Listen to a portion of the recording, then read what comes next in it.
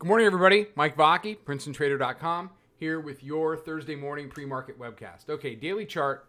And, just to follow up on what we've been talking about, you got 9-day simple moving average support that has been converted now to 9-day simple moving average resistance. The green line here, which is your daily mid-band, is open for a test of price. At the time I wrote the daily report and everything, we had matching lows at 59.5. Those got broken on the ECB rate news just marginally. So we've got a marginal lower low of 58.75. We're traded back up into the 64 area. Right now I'm watching 65. I don't have incredible interest in trading this before the open.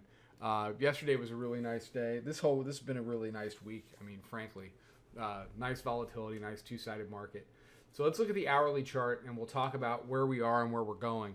But just quickly on the daily, you've got this 2401 high that's now a week old. So they've sealed that. And as we hop over onto the hourly chart, you've got your weekly pivot up here at 2380. That hasn't been threatened since we opened Sunday night. Here's a Sunday night open. You print 80.75 and we haven't been back.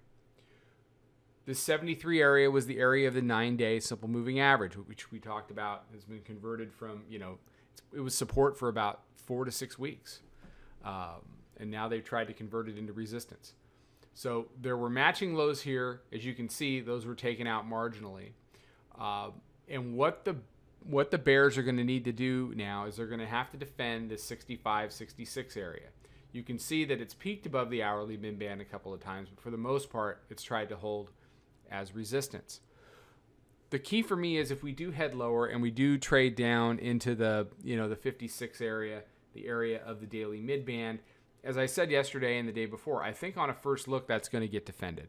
The question is, where does that rally get, can the bears step in and defend that rally, or are they going to lay down and we end up with a fairly directional up move, Thursday, Friday?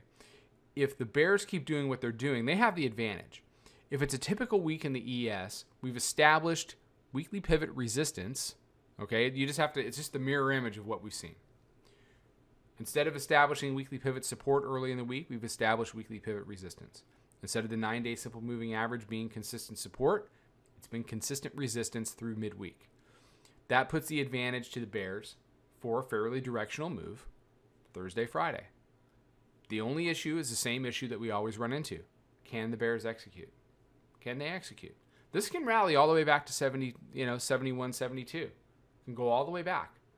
The preference would be that it stop here at the Globex high at 66.75. But, in any down market, you're going to have fierce rallies. The issue is what happens with those fierce rallies. Are they defended? And if they're defended, do they result in lower lows? They defended yesterday up at 73, and they tried to screw it up, but in the end, we have our lower low. So, as we bounce here, they'll need to defend it again, and they'll need to keep doing lower lows. If the bears start to fail to do that, then we'll start seeing higher lows. We'll see areas like 67 get taken out, areas like 73. If we get back up into, say, 74, and you see 73 convert to support, then this 80 would be wide open for the bulls. So, the bears don't get days off. I say this all the time. They don't get days off because when you screw up for, 1,000 handles and you're trying to find a little sliver of a pullback in a violent uptrend, you don't get to take days off. Their ultimate goal here, if they truly want to tape back on longer term time frames, they have to convert the daily midband to resistance and flip this whole thing from, on an intermediate basis, from a buy dips market to a sell rallies market. If they do that, then they can have, we can have a sell rallies type of spring. If they can't, it's going to be more of the same. So there's plenty to watch this morning, starting with this hourly midband you see on the chart and up into the 65.25 daily pivot. All right, everybody have a fantastic day. I will see you for the midday update. Follow us on Twitter @PrincetonTrader. Come check out our website, Princetontrader.com, and come take a free trial in our chat room. I'll be back tomorrow morning with another webcast. Trade them well, everybody.